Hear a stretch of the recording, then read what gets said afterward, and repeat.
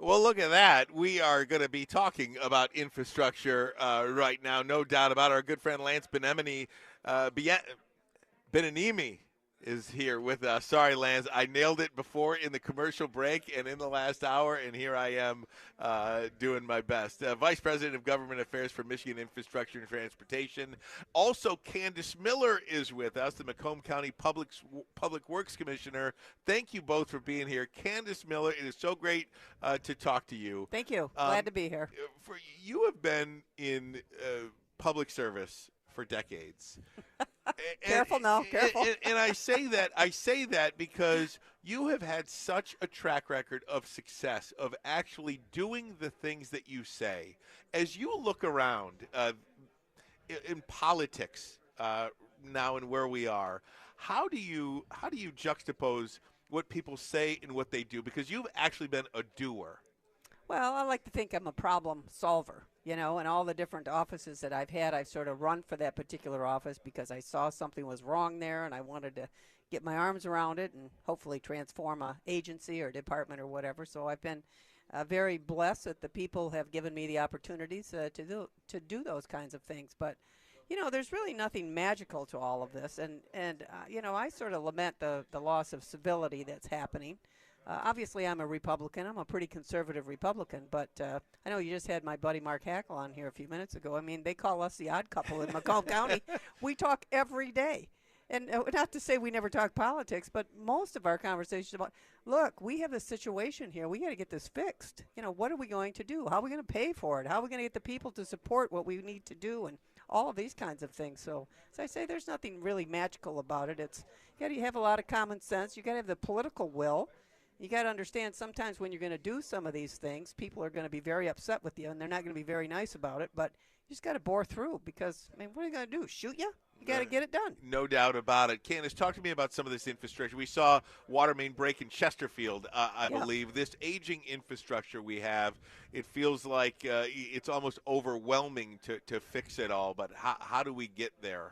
What are some of the things you're working on? It does feel a bit overwhelming sometimes, and I know, Lance, they hear it every day there because of the amount of money that's required for this. But you cannot feel overwhelmed about it. My approach is that you got to look at it like you're eating an elephant, one bite at a time, and you just got to keep working at it. So, like in Macomb County, I've been there now 9 years. We are fixing everything that we can. We have several $100 million worth of projects, but we didn't do it all the very first year. You sort of got to go through, you got to inspect. It's amazing what you can find when you inspect this old aging infrastructure. You see all of the the problems, the integrities of the pipe, et cetera, and then you have to put your capital improvements plan together, and then you got to work the plan. Again, there's nothing really magical about it, but a lot of it is incredibly expensive, and you have to think about how are you going to get the money. I mean, I've been fortunate, maybe because of all my decades in government. Hopefully I've figured out how to, if you're going to shoot ducks, go where the ducks are.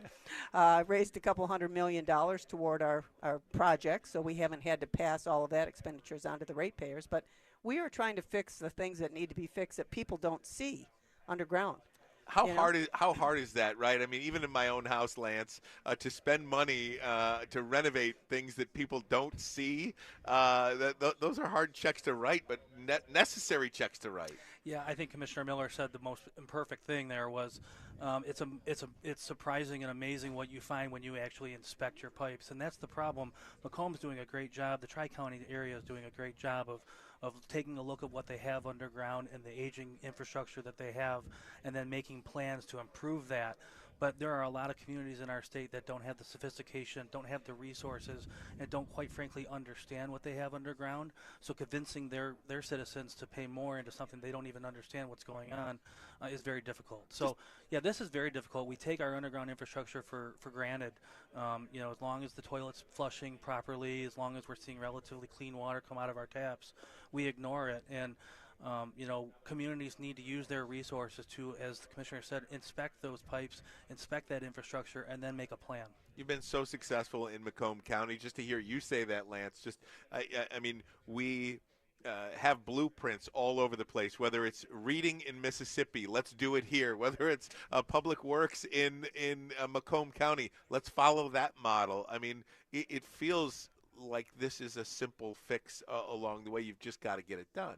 It's really not simple, and I think Lance touched on this. And I'll tell you, here's the most difficult part, is because if you are, let's say you're a city council or a township board, and your people are screaming at you because they need another police officer, right? Or they need a new firefighter, which, believe me, I got it. I believe that and all of that.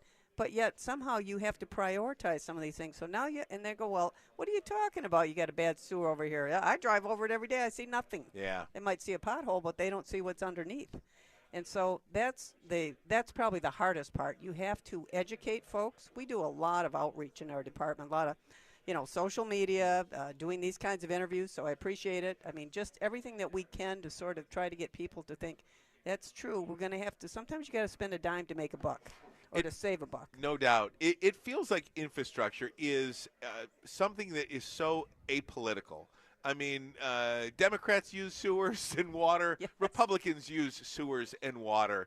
Is that one issue that you think is kind of there in the middle that is in, I don't want to say an easy topic, but something that you can get a Republican and a Democrat in a room together and get it fixed? So it can be. Unfortunately, oftentimes we see infrastructure and funding become politicized, and so a lot of individuals take it on themselves as their goal to accomplish, and they want to get the credit for it. So you're absolutely right. We always say, there's no R or D next to the road. There's not Republican roads. There's not Democratic roads. There's not Republican water mains. There's not Democratic water mains. We're all using these systems. And so, Candice said something important. Communication is key. Her and Executive Hackle are talking every day. That's important. Every community should look at that and do the same thing. I could talk to you guys about this all day. I would love to have you both back at some point and continue this conversation. It matters to residents of our communities. It matters to residents of the state of Michigan, and specifically in Macomb County where you are. Well, we're Candice hoping Miller. that the governor's going to say something about infrastructure tonight, right? So I'm on my way over to the Capitol. Do you anticipate to hear something about infrastructure tonight? I hope that she does. I'm the Speaker of the House, Matt Halls. I'm his floor guest tonight, so I'm hoping that she talks about it. And I'm always talking to him about it. If she does, will you stand up and clap? I will. Look at that. Are you kidding? Civility in 2026. 760 WJR.